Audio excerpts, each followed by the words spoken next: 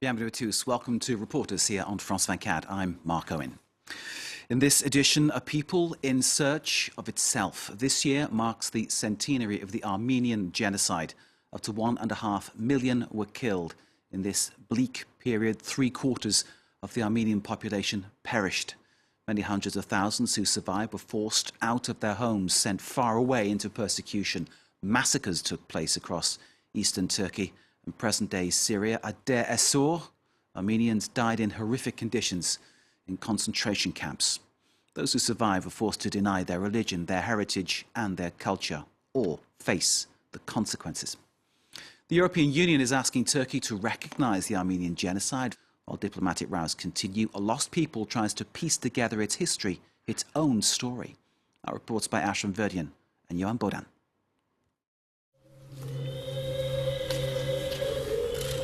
White carnations in memory of the horrors of the past.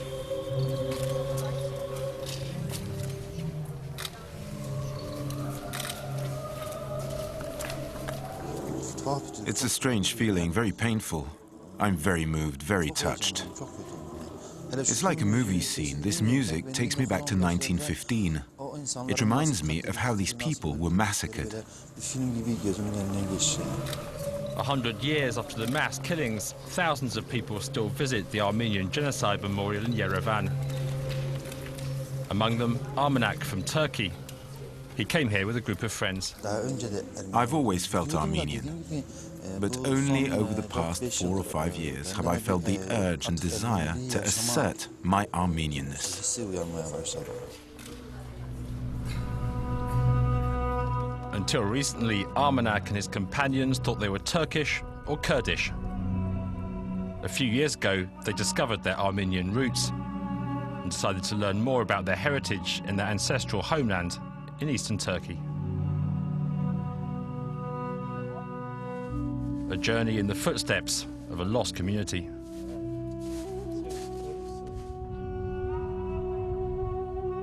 Dersim, a region where Armenians were in the majority for centuries. Here we're led to a precipice with a haunting nickname, the Armenian Cliff. During the 1915 genocide, they killed all those that they brought here. They would round them up in nearby villages, tie their hands and feet together, and throw them off this cliff. I'm 53 years old, and I only learnt about this 5 years ago. Since 1915, the Armenian genocide has been a taboo subject in Turkey. But now these friends are on the hunt for memories in this little village. Hello, how are you? We came to visit the church. Do you know the story? They took all the stones from this church to build schools. For decades, the Turkish government has encouraged locals to build using stones from these Armenian landmarks. You see, these are original rocks from the church, displaying the Armenian craft. Armenians didn't use mortar at the time. They carved the stone symmetrically. This symmetry is characteristic of Armenian buildings. Dating back to the 10th century, most of the Ergen monastery's marvels are in ruins. This village was entirely populated by Armenians up to that point, and the Alevis were on the other side.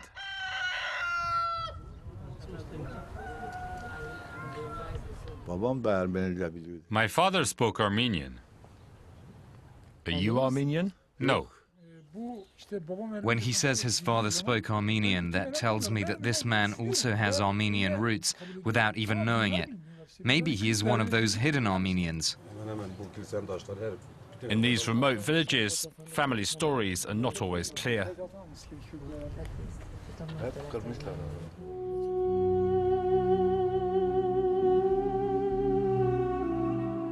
In Dersim, a Levi Kurdish tribal leaders known for their tolerance refused to hand over the Armenians during the genocide. And in the province's capital, Tunceli, people haven't forgotten.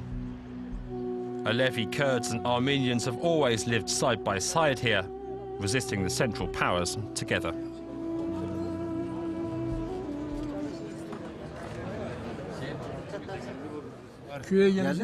I'll come to see you. I've been working on the Armenian ruins with my association. I haven't had time to come to your village yet. There has never been any hatred here. We've always lived together, without tension. That's what my uncles told me. Armenians used to make tapestry machines. That's what a Kurdish tribal leader once told me. They were very good at crafts. Tapestry, jewelry making, metalwork, hairdressing, dressmaking, everything in the industry. Another picture from the past for the group from Dersim.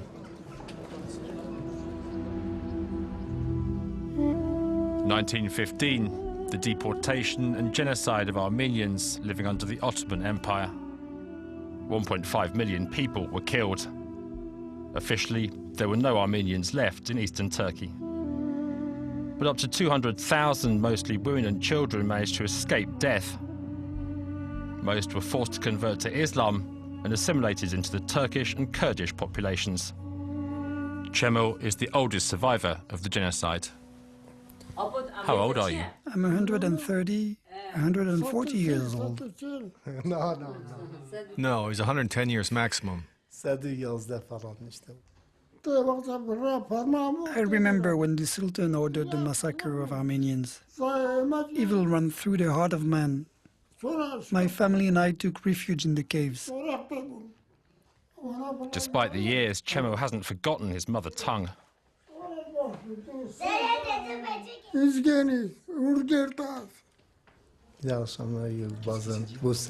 See, he remembers. The language of the past no longer exists. We can no longer speak it. There's no one to speak to anyway. Hayrettin picks up where his father left off. When they left the caves, they adopted Turkish names and converted to Islam. We only learned that we were Armenian at school because we were discriminated against. They used to call us infidels. CEMO's family are Muslims, but proud of their Armenian identity. When people ask me about my identity, I say I'm Armenian. They say, God forbid, how can that be? And I explain that ethnically I'm Armenian, but at the same time I'm Muslim. So how did Armenians, Christians since the 4th century, become Muslims? Arman discovered his roots while rummaging through some old family photos following the death of his father. Here is a picture of my father. He was a child, only 4 years old in 1915. A Kurdish Muslim family rescued and raised him. They took care of him, and when he grew up, they gave him their daughter. He converted to Islam. My father has even been to Mecca. He was born with an Armenian name, Hagap, and he became Abdullah. In these civil records, traces of the family's conversion to Islam. This is my grandfather, Ofsep, and my grandmother. This is my father's first name, Hagap. They were Christians, you see, and my father converted to Islam. Here are my 5 brothers, my father and mother, all my brothers. I'm the youngest of the 5. You can see the signs everywhere. Islam, Islam, Islam. Until recently, Arman was called Abdurrahim. Raised a Muslim, he's now a volunteer at the Armenian church in Diyarbakir. This building dates back to 1376, and it's one of the largest churches built in the Middle East. This church was abandoned during the genocide. In 2011, it was renovated and reconsecrated. It's where Arman plans to convert to Christianity. But for now, there's no permanent priest. My heart bleeds to see this place empty. I would love for Armenians to be here, to come back to this place. That's my greatest wish. The church was restored by the Armenian diaspora and the local authorities of Diyarbakir. Kurds in the town participated in the genocide back in 1915, but today's local leaders have taken on the Armenian cause, pressing for civil rights for Turkey's minorities. The Kurds in Turkey have a historical debt to the Armenians and other minorities because at the time they were manipulated by the state and essentially had a role in the genocide. Because of this role, they have to face up to the present and repent. Comforting words for Arman, especially given his family's attitude to his newfound enthusiasm for the church. His wife's a devout Muslim and he feels indebted to her ancestors. They helped save his grandfather during the genocide. It's become really complicated with my wife. I've had to separate myself. I would have liked to have taken you to my place for coffee. My wife isn't against the fact that I find my roots, but against my finding Christianity. Because of this, she tells me I'm better off going to the mosque to pray. And children, they listen to their mother. They say there are Kurds, Muslims. Ethnically, we can say we are Armenians, and people support us, our relatives, brothers, neighbors. That's not the problem. The only problem is the religious aspect.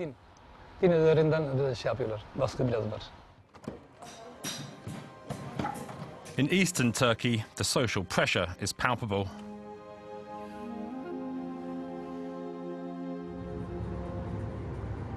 But in Istanbul, Armenians find it easier to blend in with the crowd.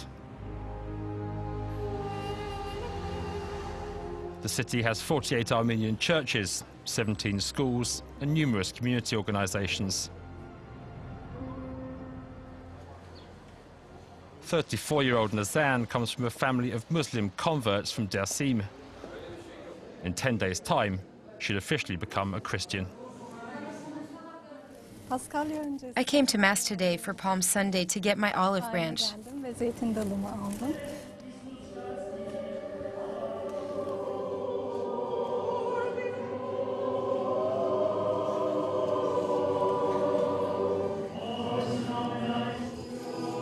Traditions have survived here despite the killings which wiped out much of the Armenian elite during the genocide. Today, this is a united and devout community, numbering an estimated 45,000 people. And it's thriving, thanks to the growing number of people from the East who are discovering their roots.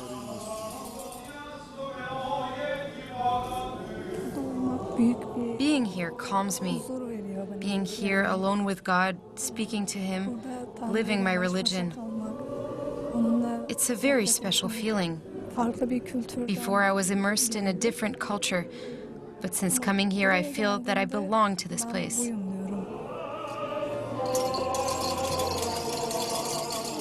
After Mass, Nazan goes to see a senior member of the clergy. Hello, Holy Father. My name is Nathan. I am from Tunçeli in Dersim. I was Alevi, and now I wish to return to my identity. So you were Alevis and now you want to become Armenian again? Actually, my father is Armenian and my mother Alevi. Our family escaped the genocide. I will soon be baptized, but the date is not yet fixed. I cannot wait. For those Armenians who want to convert to Christianity, the process is complicated. And the Church is treating this new trend on a case-by-case basis. To protect our church and the Armenian community, we need to investigate, monitor, and identify the roots of the person who wants to take a step like this. When a person says they want to abandon their ancient cultural identity after 4 generations and take on the identity of their ancestors, one wonders what the purpose is. That is why we are cautious. Some Armenians have been helped out of the shadows by this weekly newspaper, Agos. It's one of the few publications in Turkey to talk openly about the Armenian question. But its founder, Hrant Dink, paid with his life for breaking taboos. In 2007, he was shot dead by a Turkish ultranationalist, a crime that sent shockwaves around the country and ignited an overdue debate.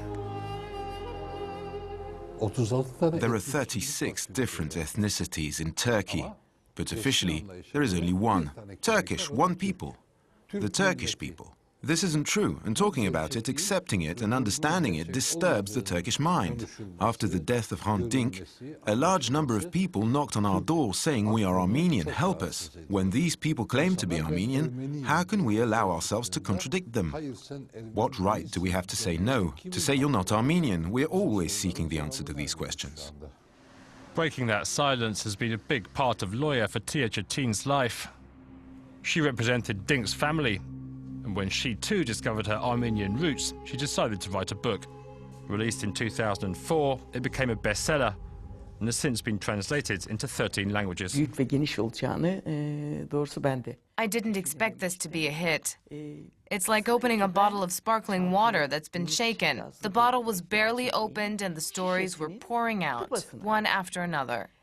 The descendants of the Armenians who had converted to Islam told me that they are not accepted by the dominant Turkish community because they're considered to be the children of infidels.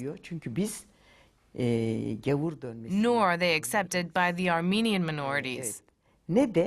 It's like purgatory, rejected by both communities.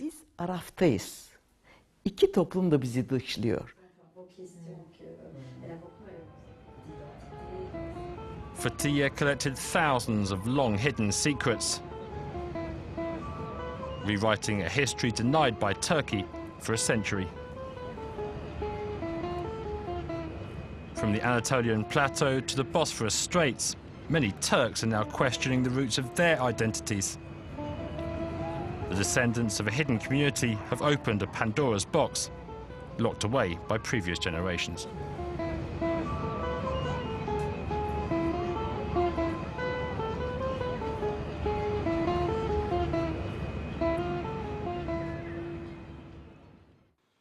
April the 24th is the anniversary of the start of the Armenian genocide. A special ceremony will take place in Yerevan. It will be covered by France 24. This is Reporters. You're watching France 24. Stay with us.